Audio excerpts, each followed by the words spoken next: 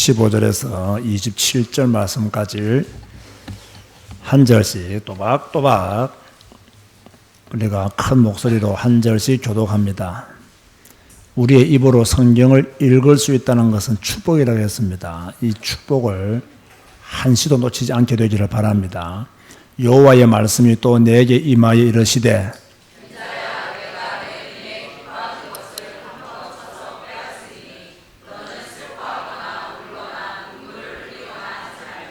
죽은 자들을 위하여 슬퍼하지 말고 조용히 탄식하며 수건으로 머리를 동이고 발에 신을 신고 입술을 가리지 말고 사람이 초상집에서 먹는 음식물을 먹지 말라 하신지라. 내가 아침에 백성에게 말하였더니 저녁에 내 아내가 죽었으므로 아침에 내가 받은 명령대로 행하게. 백성이 내게 이르되 너가 행하는 이 일이 우리와 무슨 상관이 있는지 너는 우리에게 말하지 아니하겠느냐 하므로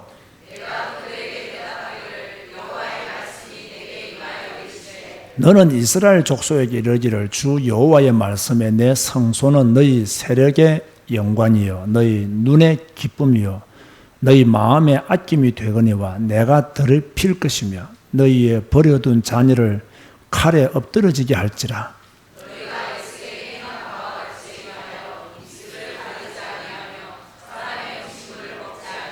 수건으로 머리를 동인 채 발에 신을 신은 채로 두고 슬퍼하지도 아니하며 울지도 아니하되 죄악 중에 패망하여 피차 바라보고 탄식하리라.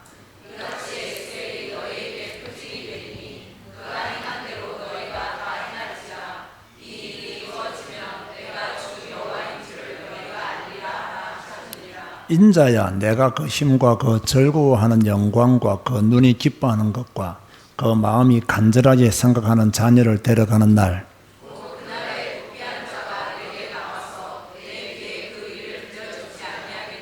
그날에 내 입이 열려서 도피한 자에게 말하고 다시는 잠잠하지 아니하리라. 이같이 너는 그들에게 표징이 되고 그들은 내가 여호와인 줄 알리라.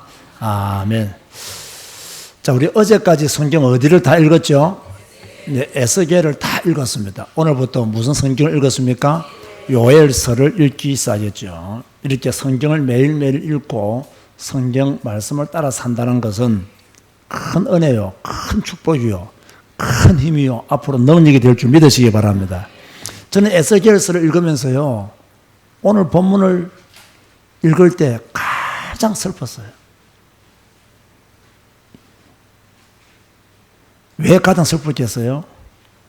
지금 에스겔은 이 포로된 가운데서 어렵게 이스라엘 백성들에게 고난을 받으며 힘들게 하나님의 말씀을 전하고 오셨잖아요. 그런데 하나님이 오늘 말씀을 보면 누구를 데리고 가겠다고 말씀하셨죠? 아내를 데리고 가겠다. 그렇게 말씀을 했어요. 이 말씀 읽는 순간요, 참 하나님도 야박하시지. 참 저렇게 어려운 현장에서 힘들게 고생하면서 복음 전하는 저 에스겔을 하나님이 왜 이렇게 힘들게 하셨을까? 왜 이렇게 어렵게 하셨을까? 천국에 가면 한번 꼭 질문해 보고 싶은, 하나님 그때 왜 그랬었습니까? 그렇게 말하고 싶을 정도로요, 참 안타까운 현장이기도 했어요. 에스겔의 사생활에 대해서 유일하게 근거를 남긴 본문이기도 하고요. 에스겔 아내의 죽음이 예고되는 또 기록되어 있는 본문이 오늘 본문 말씀이죠. 사람은 죽음을 피할 수 있습니까? 없습니까? 절대로 사람은 죽음을 못 피해요. 여러분도 죽습니다. 저도 죽고요. 그죠? 죽는 날이 다가오고 있죠. 저는 조금 그랬으면 좋겠어요. 우리 보통 결혼식을 하면 우리가 이제 봉투에 넣어서 무엇을 주죠? 축의금을 주고, 사람이 죽으면 조회금 주잖아요. 여러분 앞에 내가 죽으면 축의금을 주시기 바랍니다. 내가 죽으면 뭘 달라고요? 축의금을 주시기 바랍니다. 왜 제가 죽으면 축의금을 해달라고 말하겠어요? 천국 가니까. 정말로 축하받을 일을, 그죠? 축하받을 순간이 천국 가는 순간인데 그 뭐 슬퍼서 조회금을 줄 필요 있느냐 이 말이에요. 주려고 하면 안 줘도 상관없지만 주려고 하면 조회금보다는 추의금을 달라. 저 혼자만의 생각입니다. 그런 생각이 들더라고요. 얼마나 천국 가기 싫었으면 그래 조회금을 주셨어요. 천국 가는 것이 기뻐서 우리 모두가 박수 치면서 추의금을 줘야 됩니다. 그죠? 잘 가셨다고. 그래야 되는데 어찌되었든 뭐 죽음이라는 것은 인간적으로 보면 참 슬프고 안타까운 일이죠. 그죠? 그런데요, 진짜 큰 슬픔을 안겨다 주는 죽음이 있어요. 그 첫 번째가 무슨 죽음일까요? 부모보다 자식이 먼저 죽는 죽음입니다. 참 이거는요, 부모로서 평생 안고 가는 수고하고 무거운 짐이다. 그래서 자식으로서 할 수 있는 최고의 불효는 뭐냐면 부모보다 먼저 죽는 것이죠. 여기 있는 우리 자녀분들은 여러분의 부모보다 더 오래 사시기를 주님 이름으로 축원드립니다. 그것이 효도예요. 그죠? 그런가 하면요, 두 번째 죽음은 배우자의 죽음입니다. 더군다나 지겹도록 살다가 죽으면 그래도 다행인데, 그죠? 참 젊은 날에 배우자가 먼저 하나님의 부름을 받아버리면 그 충격에서 벗어나지 못하는 경우들이 많이 있거든요. 그러니까 배우자의 죽음도 어마어마한 충격이죠. 그죠? 물론 왼수 같은 배우자가 빨리 돌아가면 그것도 축복이 될는지 모르겠지만 어찌됐든 간에 젊은 날에 예상하지 못했던 날에 배우자가 먼저 이렇게 죽으면 그만큼 큰 충격이 어디 있겠어요. 세 번째로 저는요, 사랑하는 친구의 죽음도 큰 충격이라고 봐요. 저는 30대 후반인가 그때 제가 사랑하는 친구가 죽었어요. 신학교에서 같이 공부를 하고 같은 노예에서 또 이렇게 일도 하고, 근데 췌장암으로, 자기 아내는 학교 교사였는데 췌장암으로 이렇게 빨리 돌아갔거든. 그 친구가 참 하나님을 사랑하는, 참 믿음이 순수했고 열정이 있는 그런 친구였거든요.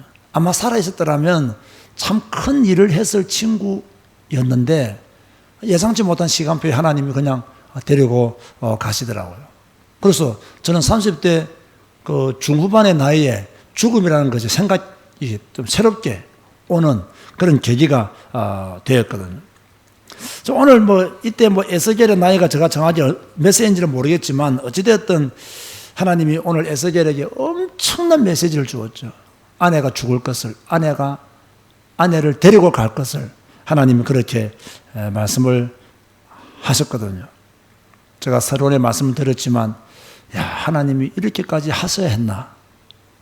참 에스겔이 가는 길이 험하고 참 먼 길이었구나. 그럼에도 그 길을 흔들림 없이 갔구나. 그런 마음에서 참 이 본문의 말씀이 참 슬프고 안타까웠고 참 주의 종으로서 참 새로운 무게를 느끼는 그러한 본문이 되었습니다. 오늘 15절에서 18절 말씀 보면요, 에스겔에게 주신 최고의 슬픈 메시지가 나오죠.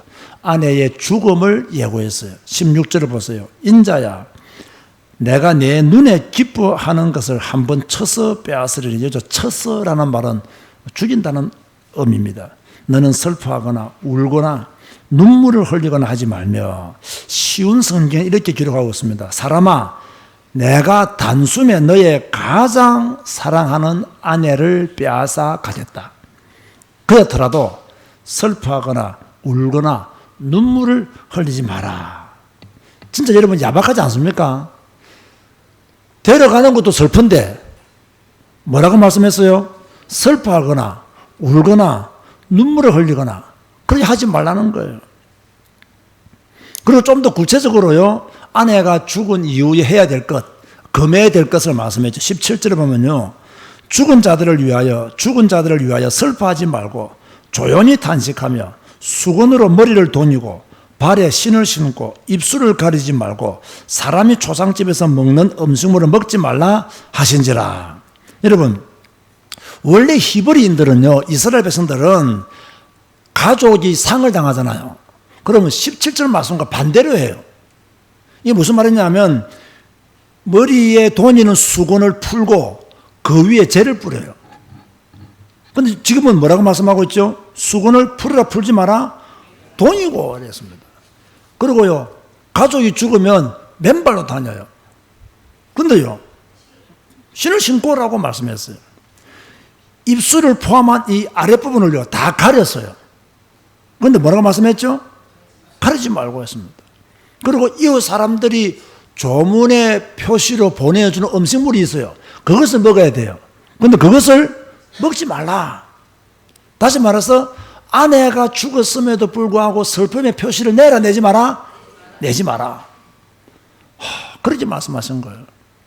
그런데 이 에스겔은요, 그 하나님의 말씀 그대로 순종했어요. 18절 말씀 보세요.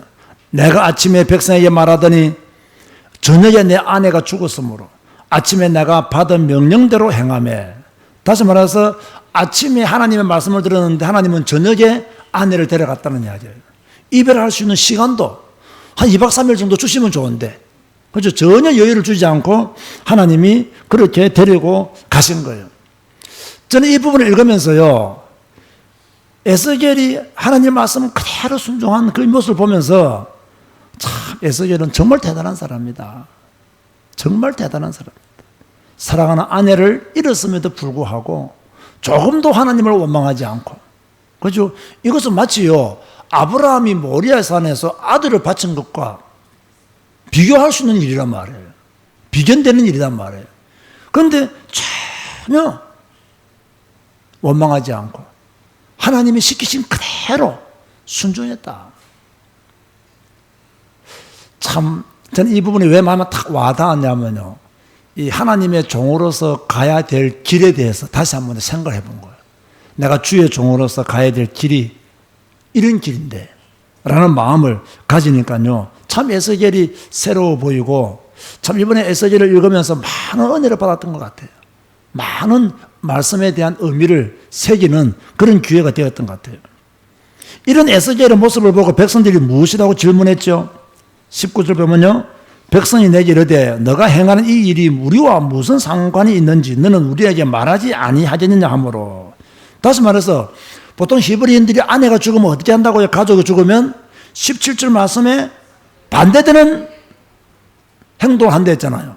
그런데 전혀 히브리인들이 볼 때는 비정상적인 행동이거든. 그리고 하나님의 말씀을 자꾸 말하니까 이것이 무슨 뜻인지 우리에게 말해라. 그래서 지금 질문을 하고 있는 거죠. 자, 그러면서 20절에 24절을 보면 아내의 죽음에 나타난 하나님의 말씀을 백성에게 전하고 있습니다. 자, 21절에 보면요, 너는 이스라엘 족속에 이르기를 주 여호와의 말씀에 내 성소는 너희 세력의 영광이요 너희 눈의 기쁨이요 너희 마음의 아낌이 되거니와 내가 더럽힐 것이며 너희의 버려둔 자녀를 칼에 엎드려지게 할지라. 다시 말해서 성소가 더럽혀질 것이며, 여기서 말하는 성소는 어디를 말하는 거죠? 예루살렘 성전을 말하는 거죠. 그리고 너희 후대가 죽을 것이며 포로로 끌려갈 것을 그렇게 예고해 주신 거죠. 자, 이 성소는 누가 지은 성소죠? 솔로몬이 지은 성전이죠. 솔로몬이 BC 959년에 성전을 완공했어요. 959년에 성전을 완공하는데 약 370년, 373년 정도 한 번도 이방인의 손에 넘어간 적이 없어요, 이 성전이.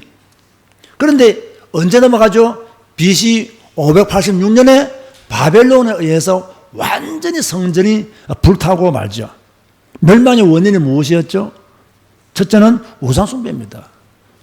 다시 말해서 하나님을 떠난 것, 하나님을 거부한 것, 하나님을 배신한 것, 우상숭배, 이 죄가 뭡니까? 이스라엘 전체를 타락하게 만든 거예요.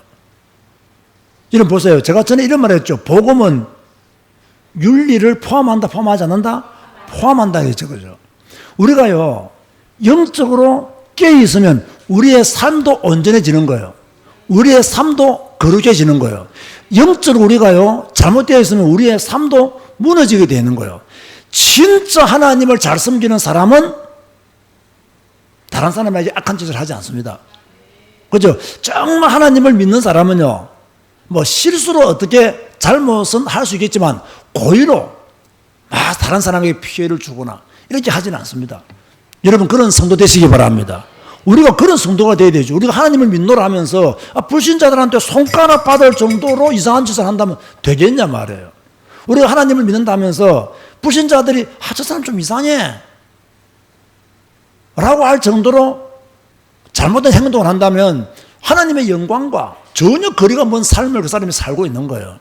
우리는요, 영적으로 깨어있어야 육신적으로도 온전할 수 있고, 영적으로 깨어있어야 윤리적으로도 우리가 바른 삶을 살 수 있고, 또 우리가 하나님의 성전에서 예배하고 하나님의 말씀을 통하여 은혜를 받아야 윤리적인 삶을 살 수 있는 힘도 공급받을 수가 있는 거예요.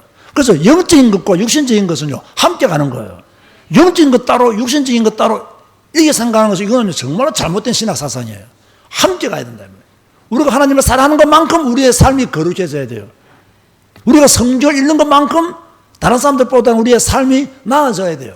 성경 안 읽는 다른 성도들보다 우리의 삶이 더욱더 거룩해져야 돼요. 그것이 하나님의 능력을 누리고 사는 성도의 참 모습이 되는 거죠. 그런데 이 이스라엘 백성들은요, 하나님을 떠남으로 영적으로 타락하고 육적으로 완전히 타락하니까 결국 성전이 불에 타버리는, 바벨론에 의해서 이방인의 손에 의해서 짓밟혀버리는 그런 일들이 일어난 거예요.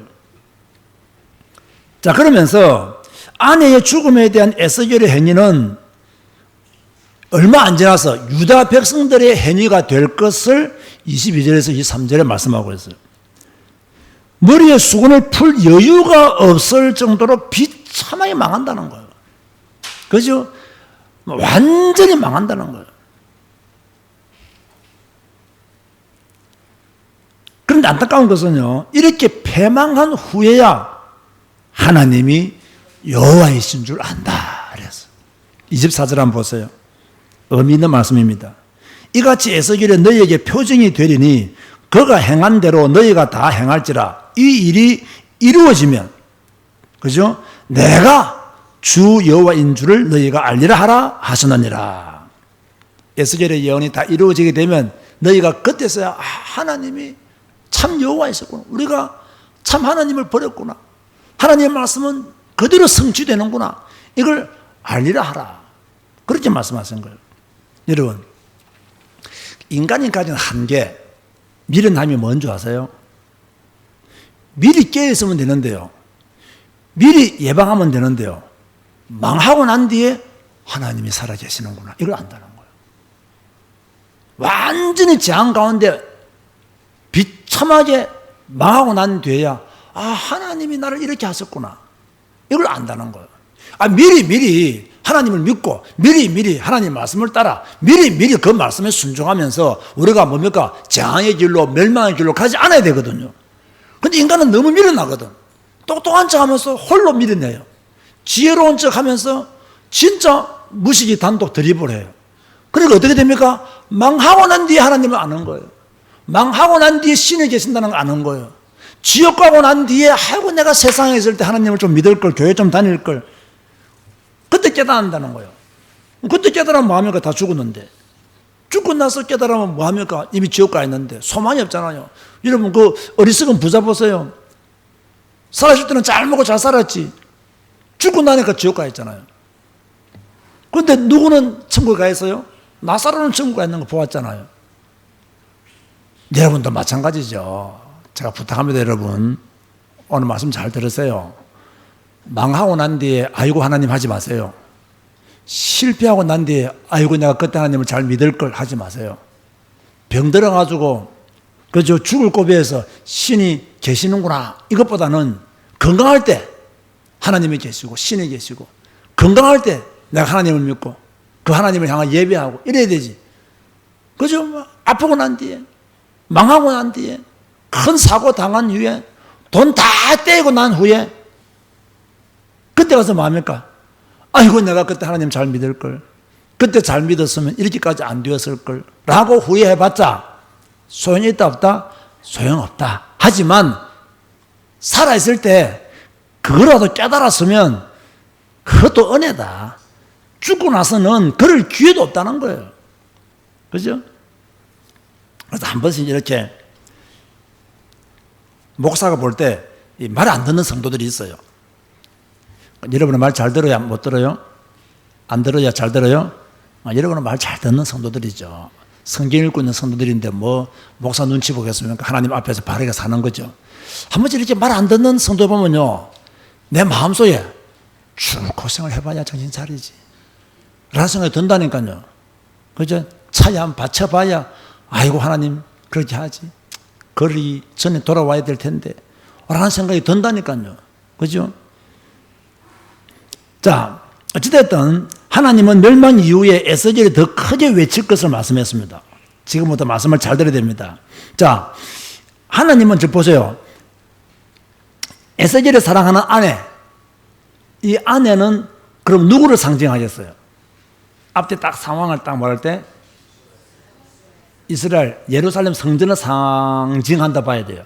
그러면 에스겔 아내의 죽음은 무엇을 상징하겠어요? 다 설명했죠?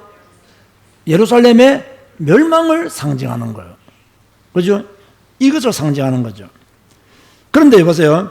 이렇게 예루살렘이 완전히 망한 후에 에스겔에게 예루살렘에서 살아서 도피한 자가 와서 멸망 소식을 전해주죠. 이거 기억나면 그 에스겔 어디서 읽었죠? 33장에서 읽었습니다. 이거. 지금 24장에 나오지만은 이것이 33장에 가면 나중에 예루살렘이 멸망합니다. 멸망하고 나서 살아남은 자가 와서 에스겔에게 뭡니까? 예루살렘의 멸망 소식을 전해주게 됩니다. 그죠? 자, 33장 21절 한번 보세요. 그러면 지금 성경 딱 펴놓고요. 33장 21절.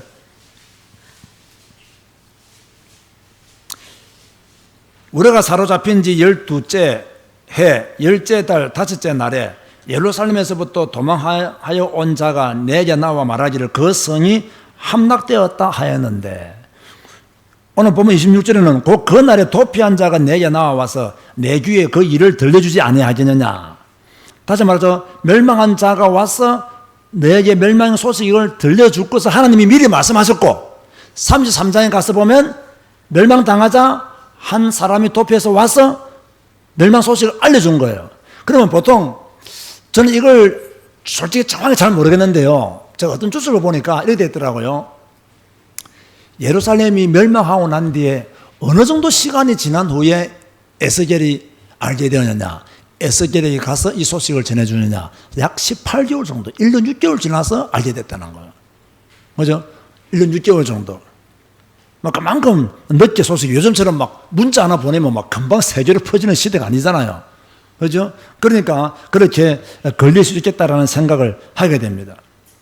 그 놀라운 것은요, 27절, 오늘 보면 27절 보면요, 그 날에, 이제 망한 그 날이죠. 소식을 들은 그 날입니다. 내 입이 열려서, 에스겔이 입이 열려서 도피한 자에게 말하고 다시는 잠잠하지 아니하리라. 이같이 너는 그들에게 표징이 되고 그들은 내가 여호와인 줄 알리라. 다시 말해서 에스겔이 본격적으로 언제부터 메시지를 전하기 시작하느냐, 본격적으로 언제부터 메시지를 선포하기 시작하느냐, 예루살렘이 멸망한 이후에 하나님이 에스겔의 입을 열어서 잠잠하지 아니하도록, 그죠? 하나님의 메시지를 전하겠다는 거예요. 자, 33장 22절 다시 한번 가보시기 바랍니다. 33장 22절. 그 도망한 자가 내게 나오기 전날 저녁에 여호와의 손이 내게 임하여 내 입을 여시더니 다음 아침 그 사람이 내게 나올 그때에 내 입이 열리기로 내가 다시는 잠잠하지 아니하였노라.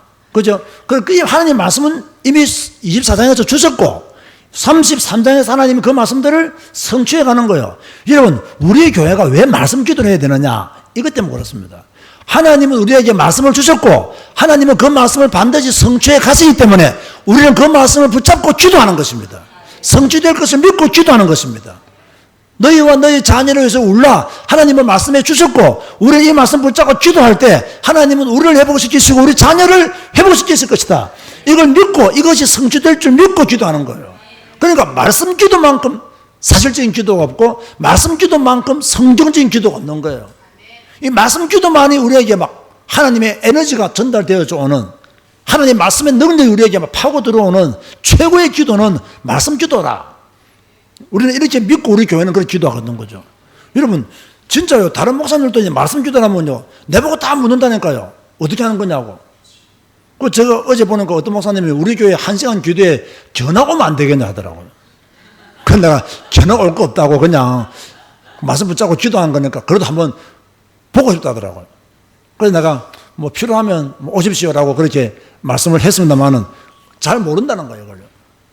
잘 모른다. 우리는 이 말씀 기도의 의미가요, 얼마, 근데 일이 안 되잖아, 우리가요. 왜? 그동안 성경 안 읽었지. 성경 말씀 붙잡고 기도하는 것이 훈련 안 되었지. 뭐 늘 내 생각, 내 교회, 맨날 우리 남편, 우리 와이프, 우리 자식들, 하나님 복 주시고 건강해 주시고 공부 잘하게 해주시고 이런 기도만 실컷 하다가 이제 안 읽던 성경 읽어라지, 3번씩 읽으라 그러지, 한 절 한 절 붙잡고 기도하라고 그러지. 이게 지금 막 내 지금 다른 기도 제목은 내 가슴을 가득 채우고 있는데 내 답답한 문제는 지금 내 목까지 올라왔는데 그런 거 하지 말고 말씀 기도하라니까 지금 여러분의 체질과는 안 맞는 거예요. 지금 이게 체질 바꾸시기 바랍니다. 체질 바꿔야 돼요.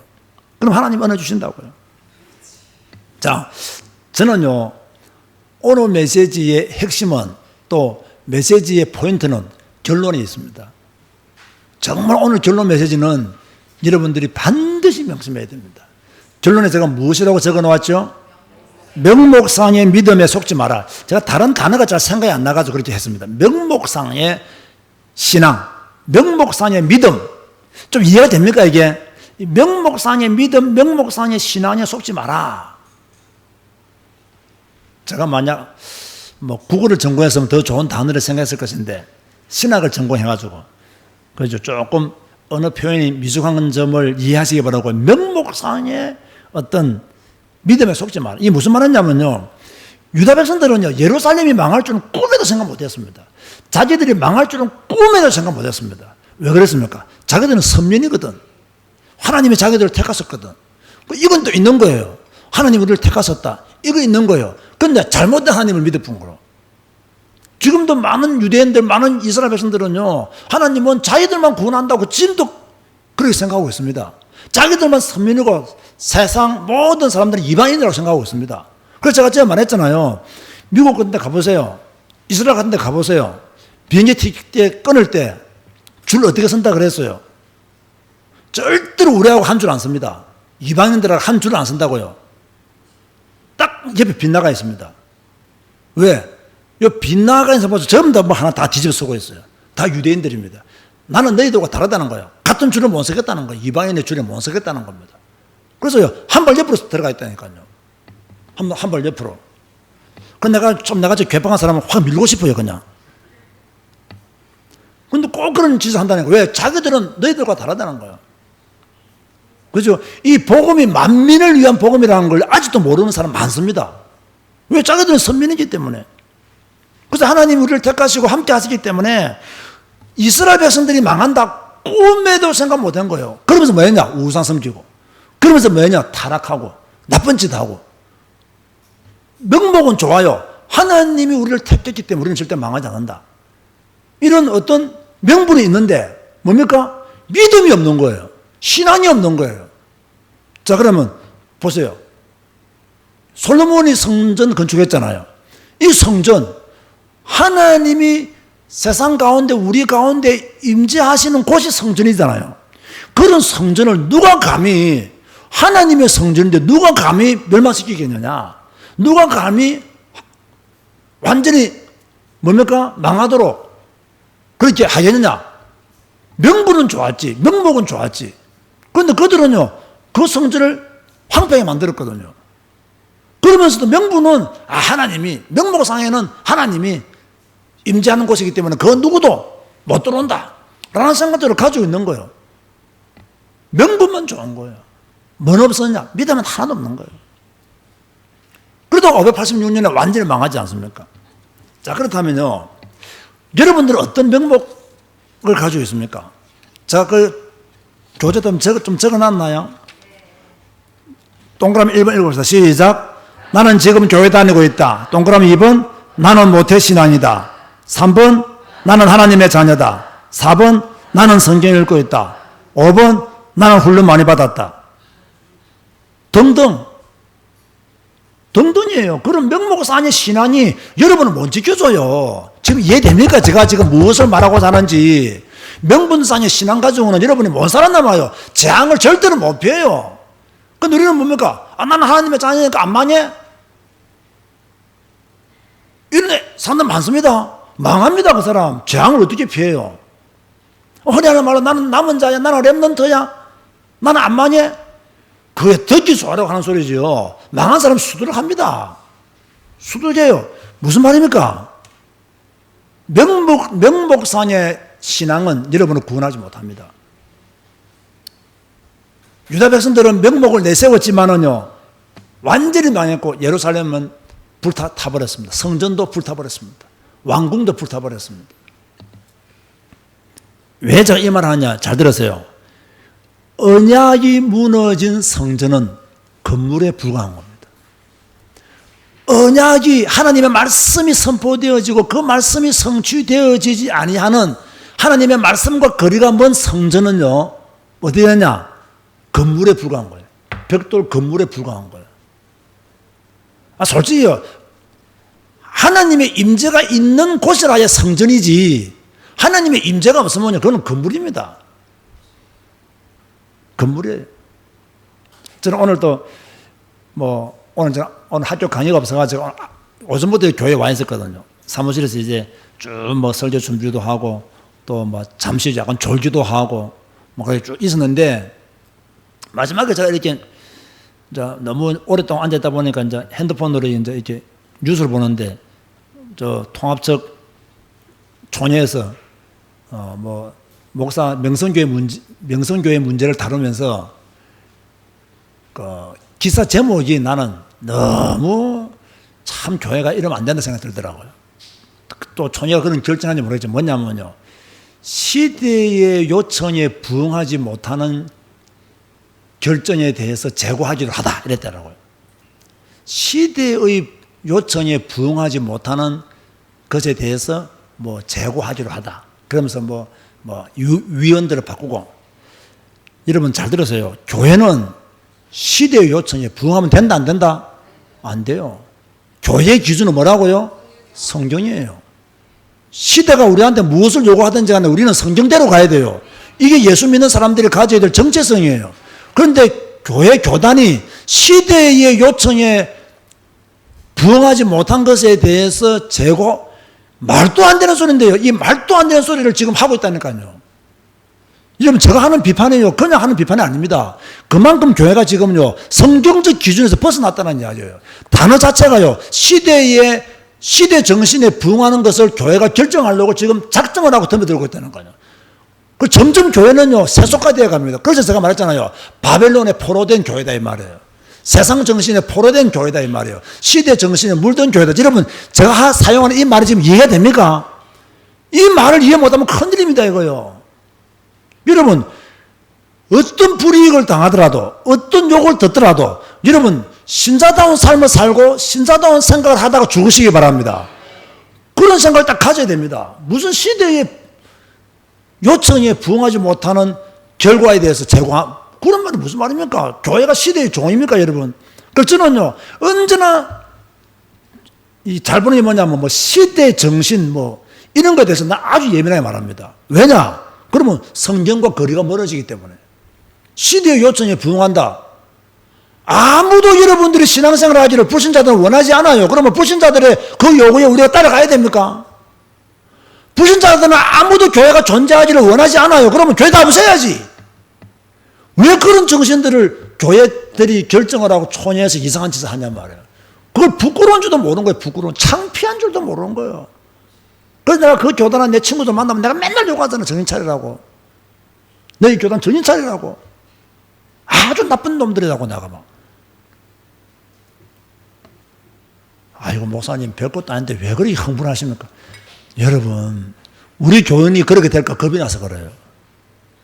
이게 하나님이 원하는 건지 성경이 원하는 건지 그것도 모르고, 하나님이 원하시는 건지 세상이 원하는 건지 그것도 모르고, 이게 성경적인지 세상적인지 그것도 모르고, 내가 지금 성경적인 삶을 선택하고 있는지 세상 풍속에 물들이는지 그것도 모르고, 이렇게 성도들이 막 우왕좌왕하고 살면 안 된다는 이야기예요. 그죠? 우리는 언제나 성경적인 것을 먼저 고려해야 되고요. 성경적인 것을 선택해야 되고요. 성경 말씀 따라가야 됩니다. 성도들이 왜 시대 요청에 끌려다닙니까? 바벨론의 포로로 왜 그렇게 살아가야 되냐 말이에요. 그건 아니라는 거예요. 그래서 제가 말합니다. 명목상의 믿음은 절대로 우리를 구원해내지 못합니다. 유다 백성들은 명목을 내세워서 우리가 선민이다, 하나님의 성전이다, 우리가 설마 망하겠느냐? 망하지 않을 것이다. 그렇게 생각했지만 하나님은 완전히 그 예루살렘과 이스라엘과 하나님의 성전을 불태워버렸어요. 왜 그러느냐? 간단합니다. 언약이 무너진 성전은 건물에 불과하기 때문에. 그죠? 그 여러분에게요, 생명이 있어야 될 줄을 믿습니다. 예수 그리스도의 생명이 내게 있어야 됩니다. 예수 그리스도의 생명이 내게 없으면요, 우린 성전이 될 수 없는 거예요. 그죠? 하나님의 영이 우리 안에 계신다는 말은 하나님의 생명이 우리 안에 있다는 이야기예요. 하나님의 성령이 내 안에 내주한다는 이야기입니다. 믿습니까, 여러분? 하나님의 성령이 여러분과 함께 하시는 줄 믿으시기 바랍니다. 예수를 그리스도로 믿는 모든 사람에게 하나님의 성령이 함께 하시는 거예요. 그 함께 하시는 그 성령이 있어야 하나님의 백성이 되는 거예요. 그런데 완전히 하나님을 떠나놓고 내가 그래도 한때 내가 교회 열심히 다녔고 내가 열심히 한때 봉사했고 그렇기 때문에 나는 망하지 않을 것이야. 그런 헛된 생각들을 아예 하지 말라는 이야기예요. 지금 내가 말씀에 순종하지 아니하면 재앙을 못 이긴다는 거예요. 지금 내가 말씀을 따라가지 아니하면 심판을 견디지 못한다는 거예요. 지금 내가 말씀을 따라서 복종하는 삶을 살지 아니하면 우리도 예루살렘 성전처럼 이스라엘 백성들처럼 포로되어 간다는 이야기예요. 그래서 뭐 명분상, 명목상 뭔가 내세우기 위해서 나는 하나님의 자녀다 이런 거, 그죠? 나는 뭐 렘넌트다 이런 거, 나는 망하지 않는다 이런 거, 그게 중요한 게 아니라 내가 지금 하나님을 경외하고 있는가, 이게 더 중요한 거예요.